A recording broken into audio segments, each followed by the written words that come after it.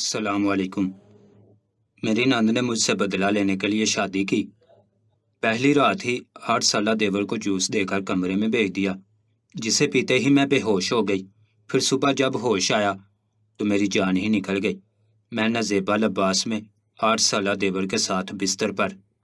اس رات میرے ساتھ جو کچھ ہوا جان کر آپ بھی دنگ رہ جائیں گے، اس لیے کہانی کو آخر تک ضرور سنیے گا۔ میرا نام نورین ہے، میرا تعلق لاہور شہر سے ہے۔ میں ایک پرائیویٹ اسکول ٹیچر ہوں۔ ہر لڑکی کی طرح میرے بھی شادی کو لے کر بڑے ارمان تھے، اور جب میری شادی ہوئی تو شادی کی رات میرے ساتھ کچھ ایسا ہوا کہ میرے دل سے آج بھی یہ دعا نکلتی ہے کہ خدا دشمن کی بیٹی کو بھی ایسا نصیب نہ دے، کیونکہ بیٹیاں تو سب کی سانجھی ہوتی ہیں۔ یہ 2 جون کی گرم ترین رات تھی جب میں شادی ہو کر اپنے سسرال پہنچی تھی۔ میں بہت ہی زیادہ خوش تھی کیونکہ سب کچھ ہی میری من مرضی کے مطابق ہوا تھا۔ سسرال میں میرا ویلکم بھی بہت اچھے طریقے سے کیا گیا تھا۔ پھر میری نند مجھے میرے کمرے میں چھوڑ کر چلی گئی اور جاتے جاتے کہہ گئی کہ آپ ایزی ہو کر بیٹھ جائیں، جب بھائی ہمیں دروازہ رکائی کے پیسے دیں گے تب ہم انہیں آپ کے پاس بھیج دیں گے۔ یہ سن کر میں مسکرا دی تھی، کیونکہ بہنوں کا بھائیوں پر بڑا حق ہوتا ہے، اور اگر میری نندیں اپنے بھائی سے اس موقع پر پیسے وصول کرنا چاہتی تھیں تو یہ ان کا حق تھا۔ اور پھر میری نند تو میرے ساتھ اسکول میں بھی پڑھاتی تھی۔ ہماری کافی اچھی بات چیت تھی۔ اپنے بھائی سے میرا رشتہ بھی اسی نے ہی کروایا تھا، اس لیے مجھے اس سے اپنائیت کا احساس ہو رہا تھا۔ اس کے جانے کے بعد میں نے ایک نظر کمرے پر ڈالی تھی۔ کمرے کی سجاوٹ دیکھ کر میرا دل کھل اٹھا تھا۔ ہر طرف پھولوں کی خوشبو تھی، اور جہاں نظر ڈالو وہاں پھول ہی پھول تھے۔ میرے سسرال والوں نے کسی چیز میں کوئی کمی نہیں چھوڑی تھی، اور مجھے یقین تھا کہ آج کی رات میری زندگی کی خوبصورت ترین رات ہونے والی تھی۔ میں آئینے کے سامنے جا کر کھڑی ہوئی تو اپنے آپ کو دیکھ کر پلکیں جھپکنا بھول گئی۔ میں بلا کی حسین لگ رہی تھی، یا شاید دلہن بن کر ہر لڑکی پر ہی ایسا روپ چڑھتا ہے۔ گرمی کی وجہ سے میں نے خود کو دوپٹے سے آزاد کیا اور دوپٹہ بستر پر ڈال دیا، اور پھر غور سے خود کو دیکھنے لگی۔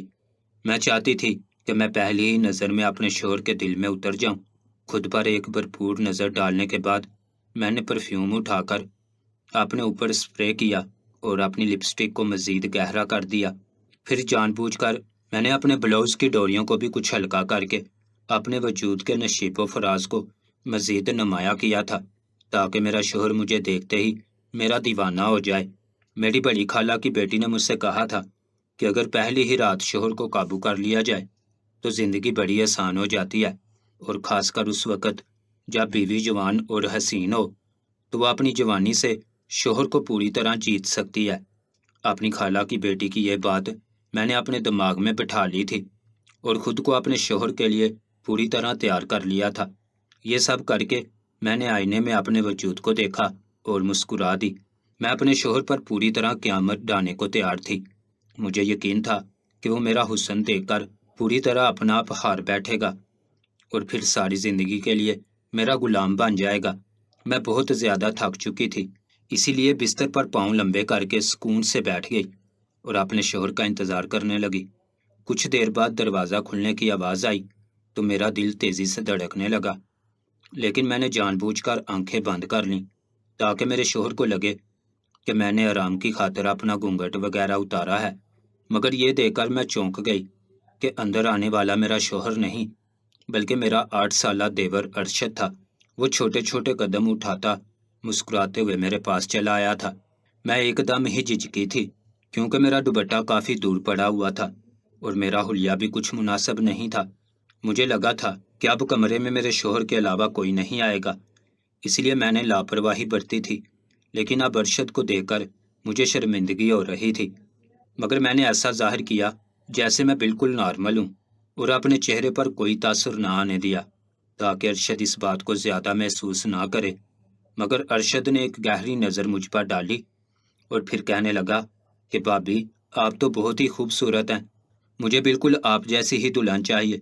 اس کی بات سن کر خود بخود میرے چہرے پر مسکراہٹ آ گئی، کیونکہ اکثر بچے دلہن کو دیکھ کر اسی طرح کے جملے کہتے ہیں، اس لیے میں نے اس کی بات کا زیادہ اثر نہ لیا۔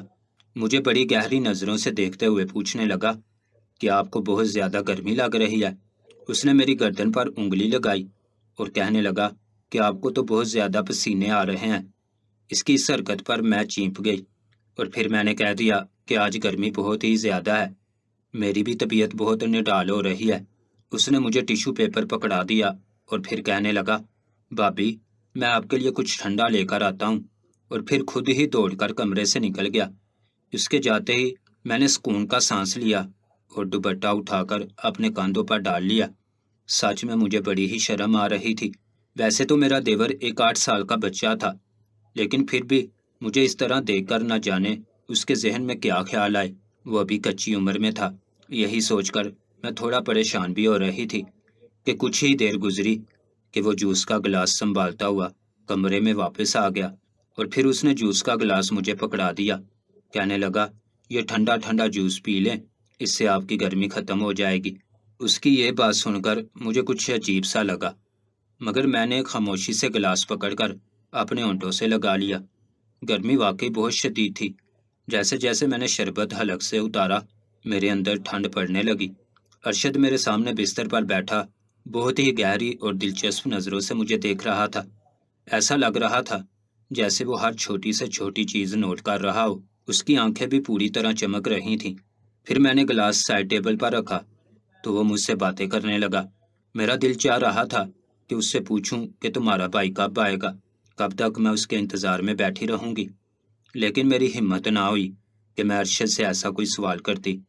ارشد مجھ سے باتیں کرتے کرتے میری چوڑیوں سے کھیلنے لگا۔ ایک دم ہی اس نے میرے ہاتھوں کو چوم لیا اور کہنے لگا، آپ کے پاس سے بہت ہی اچھی خوشبو آ رہی ہے۔ وہ میرے قریب ہو کر خوشبو سونگھ رہا تھا اور مجھے یہ سب کچھ بہت عجیب لگ رہا تھا، لیکن میری آنکھیں اتنی بھاری ہو رہی تھیں کہ مجھ سے بات تک نہیں کی جا رہی تھی۔ پھر پتہ نہیں اسے اچانک سے کیا ہوا کہ وہ میرے سینے سے لگ گیا۔ کس کر اس نے اپنے بازوؤں سے میری کمر کو دبوچ لیا تھا۔ وہ ساتھ ساتھ کچھ کہہ بھی رہا تھا، لیکن میں اپنے حواس کھوتی جا رہی تھی۔ ایسا لگ رہا تھا جیسے میرا دم گھٹ جائے گا۔ میں اسے خود سے دور کرنا چاہتی تھی، مگر میرے ہاتھ بھی پوری طرح میرے قابو میں نہیں تھے۔ مجھے ٹھیک طرح سے اس کی کوئی بات سنائی بھی نہیں دے رہی تھی۔ اس کے بعد کیا ہوا مجھے کچھ یاد نہیں تھا۔ میں پوری طرح اپنے ہوش کھو بیٹھی تھی، اور پھر جب میری آنکھ کھلی تو بڑی مشکل سے میں نے اپنی بوجھل پلکیں کھولیں۔ ابھی ایسا لگ رہا تھا جیسے آنکھوں پر بہت زیادہ بوجھ پڑا ہو۔ آنکھ کھلتے ہی جو پہلا منظر مجھے دکھائی دیا وہ میرے سر کے اوپر پھولوں کی بنی چھت تھی۔ میں نے ارد گرد نظر دوڑائی تو ہر طرف گلاب کے پھول ہی پھول بکھرے ہوئے تھے۔ گہرے سرخ رنگ کی بیڈ شیٹ بستر پر بچھی ہوئی تھی جو آدھی سے زیادہ ڈلک گئی تھی، اور اس پر نظر پڑتے ہی مجھے یاد آ گیا تھا کہ آج میری سہاگ رات تھی، کیونکہ یہ چادر میں نے شادی کی رات کے لیے خاص طور پر اپنی پسند سے خریدی تھی۔ میں جہیز میں چند ایک چیزیں ہی تو لائی تھی، کیونکہ میں بہت ہی غریب گھرانے سے تھی۔ یہ جہیز بھی میں نے اپنی تنخواہ کے پیسوں سے ہی جوڑا تھا۔ میرا دماغ پوری طرح تو کام نہیں کر رہا تھا، بس کچھ تھوڑا بہت مجھے یاد آ رہا تھا کہ رات میری شادی ہوئی تھی اور میں دلہن بن کر اس کمرے میں آئی تھی اور اپنے دلہا کا انتظار کر رہی تھی کہ جب ہی دلہا کی بجائے میرا 8 سالہ دیور ارشد کمرے میں آیا تھا۔ میں نے ذہن پر مزید زور ڈالا تو مجھے یاد آیا کہ ارشد میرے لیے جوس لے کر آیا تھا، اور اس نے بہت محبت سے مجھے جوس کا گلاس پکڑا کر اصرار کیا تھا کہ میں جوس پی لوں۔ اس کے بعد وہ میرے سینے سے لگ گیا تھا۔ اس کے بعد کیا ہوا تھا مجھے کچھ یاد نہیں آ رہا تھا۔ شاید میں گہری نیند میں چلی گئی تھی، اور اب جب میری آنکھ کھلی تھی تو میں اپنے عروسی لباس میں نہیں تھی، بلکہ جو لباس میں نے پہن رکھا تھا اسے دیکھ کر میں دنگ رہ گئی تھی۔ وہ ایک سرخ رنگ کی جالی دار نائٹی تھی جس میں میرا پورا وجود نیم برہنہ تھا، اور میرا عروسی لباس بستر سے نیچے پڑا ہوا تھا۔ یہ بات مجھے اچھی طرح یاد تھی کہ میں نے اپنا جوڑا خود تبدیل نہیں کیا تھا۔ بستر پر ایک طرف میری اتری ہوئی چوڑیاں اور جیولری بھی پڑی ہوئی تھی۔ مجھے سمجھ نہیں آیا تھا کہ میرے کپڑے کیسے اور کب تبدیل ہو گئے۔ میری جیولری کس نے اتاری، کیونکہ مجھے تو یہی یاد نہیں تھا کہ میرا شوہر کمرے میں کب آیا۔ لیکن جب میں نے اپنا حلیہ اس طرح کا پایا تو میں خود بخود ہی شرما کر اپنے آپ میں سمٹ گئی، کیونکہ مجھے یقین تھا کہ میرے شوہر کے علاوہ یہ کام کوئی اور نہیں کر سکتا۔ ہو سکتا ہے کہ مجھے نیند میں پا کر میرے شوہر نے میرے کپڑے بدلے ہوں، میں ایک دم ہی شرم سے سرخ پڑ گئی تھی، لیکن بات صرف اتنی ہی نہیں تھی۔ جب میرے حواس کچھ ٹھکانے آئے اور میں نے سائڈ لیمپ جلایا تو یہ دیکھ کر میرے ہوش اڑ گئے کہ میں تو اپنے 8 سالہ دیور کے ساتھ ہی بستر پر۔ ایک دم ہی میرا سانس سینے میں اٹک گیا تھا۔ بے ساختہ ہی مجھے رات والی اپنی دیور کی حرکتیں یاد آ گئیں، جس طرح وہ میرے قریب ہوا تھا اور پھر اس نے مجھے کس کر اپنے سینے سے لگایا تھا۔ میرا دل دھڑکنا بھول گیا تھا۔ میں نے بنا سوچے سمجھے اپنے 8 سالہ دیور کو جھنجھوڑ ڈالا۔ وہ نیند میں سے اٹھ کر حیرت سے مجھے دیکھنے لگا۔ میں نے غصے میں پوچھا کہ تم یہاں کیا کر رہے ہو؟ تمہارے بھائی کہاں ہیں؟ میری بات کے جواب میں اس نے ایسی بات کہی کہ میرے ہوش ٹھکانے آ گئے۔ کہنے لگا کہ آپ نے ہی تو کہا تھا کہ میں رات آپ کے ساتھ۔ اس کی بات سنتے ہی میں نے اس کے منہ پر ایک زوردار تماچا لگا دیا، جسے کھا کر وہ پھوٹ پھوٹ کر رونے لگا۔ مجھے سمجھ نہیں آ رہا تھا کیا کروں کیا نہ کروں۔ میرا شوہر کہاں گیا؟ وہ رات کمرے میں کیوں نہیں آیا؟ اور میرا دیور میرے بستر پر کیا کر رہا تھا؟ میں غصے کے عالم میں اپنے دیور پر چیخنے چلانے لگی۔ اتنے میں کمرے کا دروازہ کھلا اور میرا شوہر آنکھیں ملتا ہوا کمرے میں داخل ہوا، لیکن اندر کا منظر دیکھ کر وہ بھی ٹھٹک کر رک گیا۔ میں نیم برہنہ نائٹی میں بستر پر اس کے 8 سالہ بھائی کے قریب بیٹھی ہوئی تھی اور میں نے اس کے بھائی کا گریبان پکڑا ہوا تھا، جبکہ اس کا بھائی روتے ہوئے کہہ رہا تھا، مجھے چھوڑ دے بھابھی، مجھے جانے دے۔ اپنے شوہر کو دیکھ کر میں نے جلدی سے اس کا گریبان چھوڑا۔ مجھے احساس ہوا تھا کہ میں بہت نامناسب حلیے میں ہوں۔ میں رونے لگی اور اپنے شوہر کو میں نے ساری بات بتائی کہ کس طرح رات کو اس کے بھائی نے مجھے شربت پلایا اور اس کے بعد میں نے اپنے ہوش کھو دیے۔ جب ہوش میں آئی تو میرا شادی کا جوڑا بستر سے نیچے پڑا ہوا تھا اور میں اس بےہودہ نائٹی میں تھی۔ اس کا بھائی میرے ساتھ بستر پر موجود تھا۔ ساتھ ہی میں نے اپنے شوہر کو یہ بھی بتایا کہ اس کے بھائی نے رات میرے ساتھ کس قسم کی حرکتیں کی تھیں۔ میری بات سن کر میرے شوہر کی آنکھیں حیرت سے پھٹی کی پھٹی رہ گئیں۔ وہ غصے میں کہنے لگا، تم میرے معصوم بھائی پر اتنے گھٹیا الزامات کیسے لگا سکتی ہو؟ وہ تو صرف 8 سال کا ہے، نہ ہی وہ تمہیں بے ہوش کرنے کے لیے کوئی دوا دے سکتا ہے اور نہ ہی اس کے پاس کہیں سے ایسی نائٹی آ سکتی ہے جو وہ تمہیں پہنا دے۔ دوسری بات، وہ ایسا کیوں کرے گا؟ وہ تو ایک معصوم سا بچہ ہے جو بن ماں باپ کے پلا بڑا ہے۔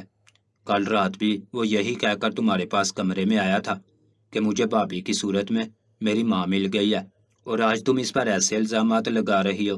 رات میں کچھ دیر کے لیے لاؤنج میں بیٹھا تھا اور پھر تھکن سے شاید مجھے نیند لگ گئی تھی، اس لیے کمرے میں نہیں آ سکا، اور اب جب کمرے میں آیا ہوں تو تمہارا یہ روپ مجھے دیکھنے کو مل رہا ہے۔ میں نے سوچا بھی نہیں تھا کہ میری شادی اتنی گھٹیا لڑکی سے ہوگی جو شادی کی پہلی رات ہی میرا گھر برباد کرنے پر تل جائے گی۔ شوہر کی باتیں سن کر میرے قدموں تلے سے زمین نکل گئی تھی۔ پہلی ہی رات مجھے اپنی حیثیت کا اندازہ ہو گیا تھا۔ میرے شوہر نے میری کسی بھی بات پر اعتبار نہیں کیا تھا۔ ان کی نظر میں ان کا 8 سالہ بھائی نہ صرف معصوم تھا بلکہ قابل بھروسہ بھی تھا۔ اس شور شرابے پر میری ناند بھی چلی آئی تھی۔ میں نے اپنے آپ کو چادر میں چھپا لیا تھا اور پھر اپنی ناند کو روتے ہوئے ساری بات بتائی تھی۔ وہ بھی مجھے ہی بے یقینی سے دیکھ رہی تھی۔ کہنے لگی، اتنا چھوٹا بچہ تمہارے ساتھ یہ سب کچھ کیسے کر سکتا ہے؟ کہیں ایسا تو نہیں کہ بھائی کمرے میں نہیں آئے تو تم سے صبر نہ ہوا اور تم نے میرے چھوٹے بھائی کو ہی؟ اتنا کہہ کر میری نند خاموش ہو گئی تھی اور میرے سر پر آسمان گر پڑا تھا۔ میرا چھوٹا دیور اپنے بھائی سے کہنے لگا، بھائی میں سچ کہہ رہا ہوں، میں نے کچھ بھی نہیں کیا ہے۔ بھابھی نے خود مجھے کہا تھا کہ میں ان کے ساتھ یہی سو جاؤں، اس لیے میں بستر پر لیٹ گیا تھا۔ میں نے کچھ بھی نہیں کیا۔ میں نہیں جانتا کہ بھابھی کے کپڑے کس نے بدلے ہیں۔ یہ کہہ کر وہ بری طرح رونے لگا۔ میرے شوہر نے اسے سینے سے لگا لیا اور پھر غصے میں مجھ سے کہنے لگے کہ اپنا سامان باندھو اور ابھی اور اسی وقت اپنے گھر دفع ہو جاؤ۔ تم جیسی عورت کی ہمارے گھر میں کوئی جگہ نہیں ہے۔ تم نے تو پہلی رات ہی بتا دیا ہے کہ تم کس خاندان سے تعلق رکھتی ہو۔ میں اپنی نند کی طرف مدد طلب نظروں سے دیکھنے لگی۔ وہ اور میں پچھلے 4 سال سے ایک سکول میں پڑھاتے آئے تھے اور اسے اچھی طرح معلوم تھا کہ میرا کردار کیسا تھا۔ جب ہی تو وہ مجھے اپنی بھابھی بنا کر لائی تھی۔ مجھے یقین تھا کہ وہ اپنے بھائی کو سمجھائے گی اور میری مدد کرے گی، کیونکہ وہ کامل سے عمر میں کافی بڑی تھی اور اپنی ماں کے گزرنے کے بعد اس نے ہی کامل اور چھوٹے بھائی کو پالا تھا۔ لیکن وہ بالکل خاموش کھڑی تھی اور پھر میرے شوہر کے زور زبردستی کرنے پر میں نے اپنا سامان باندھ لیا تھا اور جب میرے گھر والے ناشتہ لائے تو میرے شوہر نے انہیں بھی ذلیل کر کے مجھے ان کے ساتھ ہی روانہ کر دیا تھا۔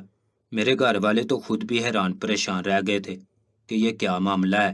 میری اماں کہنے لگی کہ کامل کے غصے کو تھوڑا ٹھنڈا ہونے دو، پھر میں اس سے بات کروں گی، یقیناً کوئی غلط فہمی ہو گئی ہے۔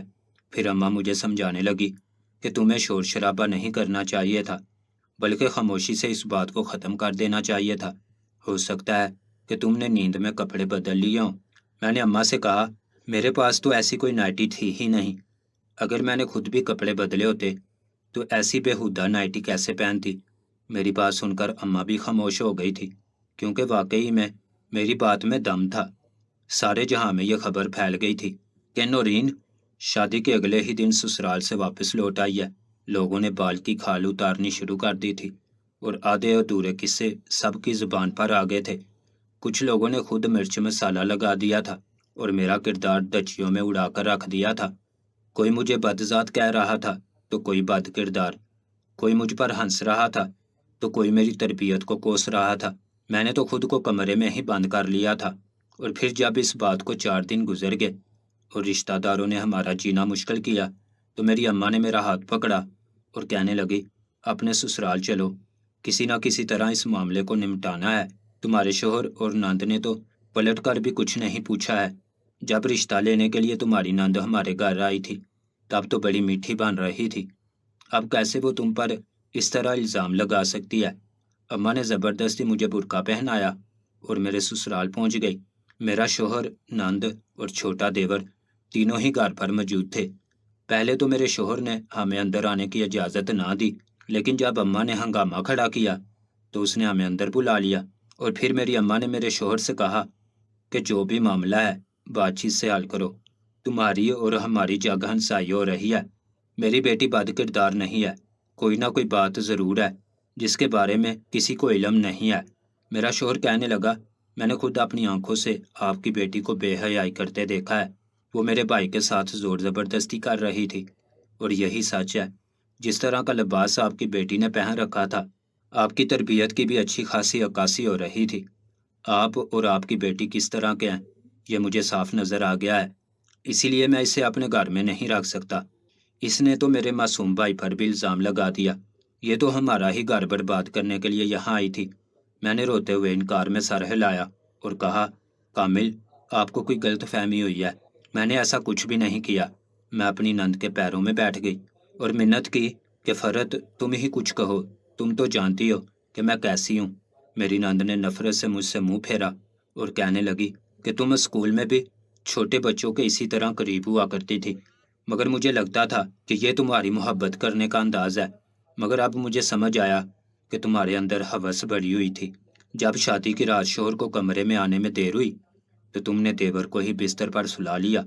اسکول کے بچوں کو بھی تم اسی طرح گود میں بٹھا کر چوما کرتی تھی۔ کتنے ہی بچوں نے دبے لفظوں میں مجھ سے تمہاری شکایت کی تھی کہ تم ان سے عجیب حرکتیں کرتی ہو، مگر میں نے کبھی یقین نہیں کیا۔ مجھے کیا معلوم تھا کہ یہ سب تم میرے گھر میں بھی کرو گی۔ میں تو یہ سوچ کر تمہیں اپنے گھر کی عزت بنا کر لائی تھی کہ تم غریب ہو، یتیم ہو، میرے گھر آ کر میری ماں کی جگہ لو گی، میرے چھوٹے بھائی کو بیٹوں کی طرح رکھو گی، لیکن تم نے تو سب کچھ برباد کر دیا، میرے بھائی کی زندگی بھی خراب کر دی۔ فرد کی بات سن کر میرے ہوش اڑ گئے تھے۔ وہ یہ سب کچھ کیا کہہ رہی تھی؟ اس نے تو میرے کردار کو مسخ کرنے میں کوئی کسر نہیں چھوڑی تھی۔ میرے شوہر نے اپنی بہن کی ساری باتیں سننے کے بعد مجھے 3 لفظوں میں فارغ کر دیا تھا، اور میں سکتے کے عالم میں کھڑی کی کھڑی رہ گئی تھی۔ مجھ پر قیامت کی گھڑی گزر چکی تھی اور مجھے یقین بھی نہیں آیا تھا۔ میری اماں جیسے تیسے مجھے گھر واپس لائی تھی اور میں اپنے کمرے میں بند ہو گئی تھی۔ زمانہ مجھ پر تھو تھو کر رہا تھا۔ میرے سسرال والوں کی باتیں ہر کسی کی زبان پر تھیں، ہر کسی نے ان کی باتوں پر یقین کر لیا تھا، اور پھر ایک وقت ایسا آیا جب میں نے خودکشی کی کوشش کی، لیکن میرے نصیب میں موت بھی نہیں لکھی تھی، اسی لیے بچ گئی اور ذلت کی زندگی گزارنے پر مجبور ہو گئی۔ میری وجہ سے اماں نے گھر بدل لیا اور ہم نئے محلے میں شفٹ ہو گئے، لیکن ایسی باتیں کہاں پیچھا چھوڑتی ہیں، کہیں نہ کہیں سے لوگوں کو یہ باتیں پتہ چل جاتی ہیں اور پھر لوگ میرے زخم کریتنے لگتے۔ میں نے 1-2 جگہ اسکول میں پڑھانے کی بھی کوشش کی، لیکن کسی نہ کسی ذریعے سے وہاں بھی ایسی بات پھیل گئی کہ میں بچوں کے ساتھ غلط حرکتیں کرتی ہوں اور مجھے ٹیچر کی نوکری بھی نہ ملی تو میں گھر میں ہی بند رہنے لگی۔ ایسے ہی کچھ سال گزر گئے اور پھر ایک روز ہمارے دروازے پر دستک ہوئی۔ اماں بازار گئی ہوئی تھی، اس لیے میں ہی دروازہ کھولنے کے لیے دروازے پر پہنچی تو یہ دیکھ کر ہکا بکا رہ گئی کہ دروازے پر میرا سابقہ شوہر کامل کھڑا تھا۔ اس سے پہلے کہ میں دروازہ بند کرتی، اس نے میرے آگے ہاتھ جوڑ دیے اور کہنے لگا کہ وہ مجھ سے بات کرنا چاہتا ہے۔ میرے اور اس کے درمیان ایسا کوئی رشتہ نہیں تھا کہ میں اسے اکیلے میں گھر کے اندر بلاتی۔ ویسے ہی میں بدنام زمانہ عورت بن چکی تھی، اس لیے میں نے اس سے کہا کہ خدا کے واسطے اب میرا پیچھا چھوڑ دو، جو ہونا تھا وہ ہو چکا ہے۔ مگر وہ نہ مانا اور ہاتھ جوڑ کر کھڑا رہا۔ میں مزید تماشا نہیں بننا چاہتی تھی، اس لیے میں نے اسے اندر آنے دیا۔ اندر آتے ہی وہ میرے قدموں میں بیٹھ گیا اور کہنے لگا، ہمیں معاف کر دو، ہم نے تمہارے ساتھ بڑی زیادتی کی ہے۔ اس کی بات سن کر میں حیرت سے اسے دیکھنے لگی اور پھر اس نے ایک ایسا سچ مجھے بتایا جسے سن کر میں پوری طرح دنگ رہ گئی۔ اس نے بتایا کہ وہ مجھ سے محبت کرتا تھا اور اس نے اپنی پسند سے میرے لیے رشتہ بھیجا تھا۔ اس کی بہن نے اس کی خوشی کی خاطر میری اور اس کی شادی تو کروا دی، لیکن وہ دل سے اس شادی کے لیے راضی نہیں تھی۔ وہ کبھی اپنے بھائی کا گھر بسانا ہی نہیں چاہتی تھی کیونکہ اس کی اپنی عمر ہو چکی تھی اور دونوں بھائیوں کی خاطر اس نے اپنی پوری زندگی نکال دی تھی۔ اور اب وہ نہیں چاہتی تھی کہ اس کے بھائی کا گھر آباد ہو کیونکہ اس کی خود کی بھی شادی نہیں ہوئی تھی۔ اس لیے اس نے اپنے چھوٹے بھائی کو ساتھ ملا کر ایک کھیل کھیلا اور مجھے جان بوجھ کر بے ہوشی کی دوا پلا دی۔ اس کا چھوٹا بھائی اس کی باتوں میں آ گیا تھا، وہ بھی میرے ساتھ ہی بستر پر سو گیا، اور جب اسے یقین ہو گیا کہ ہم دونوں ہی گہری نیند میں ہیں تو اس نے خود میرا لباس تبدیل کیا اور اس طرح کا منظر بنایا کہ مجھے لگا کہ اس کا چھوٹا بھائی خراب ہے۔ وہ جانتی تھی کہ جب میں اس کے چھوٹے بھائی پر الزام لگاؤں گی تو اس کا دوسرا بھائی میرے خلاف کھڑا ہو جائے گا۔ وہ پوری طرح اپنے منصوبے میں کامیاب ہوئی اور جیسے تیسے اس نے ہماری طلاق کروا دی۔ لیکن آج وہ بستر پر پڑی تھی، اسے فالج ہو گیا تھا۔ اب نہ ہی وہ بول سکتی ہے، نہ ہی بستر سے خود اٹھ کر کھڑی ہو سکتی ہے۔ اسے اپنے گناہوں کا احساس ہوا تو اس نے کامل کو سارا سچ بتا دیا۔ اس کا بھائی اپنی بہن کی خاطر ہی مجھ سے معافی مانگنے کے لیے آیا تھا۔ فرد کے بارے میں یہ سب کچھ سن کر میں دنگ رہ گئی تھی۔ مجھے یقین نہیں آیا تھا کہ بظاہر اتنی اچھی نظر آنے والی عورت اتنا بڑا کھیل بھی کھیل سکتی ہے۔ وہ کیسی بہن تھی جس نے اپنے ہی بھائی کا گھر برباد کر دیا تھا۔ میں نے بس ایک نظر اپنے شوہر پر ڈالی اور کہا کہ میں نے آپ لوگوں کو معاف کیا، آپ جا سکتے ہیں، اور میں نے اپنے شوہر کو واپس بھجوا دیا۔ اس کے بعد میں بہت روئی تھی کیونکہ فرد کی وجہ سے میری پوری زندگی برباد ہو گئی تھی۔ مجھے شادی کے نام سے نفرت ہو چکی ہے۔ میں دوبارہ گھر نہیں بسانا چاہتی، لیکن میں ہر ماں، بہن، بیٹی کو یہ ضرور کہوں گی کہ نئے رشتے جوڑتے وقت اپنی آنکھیں، دل و دماغ کھلا رکھیں تاکہ فرد جیسے لوگوں کے ارادوں کو بانپ سکیں۔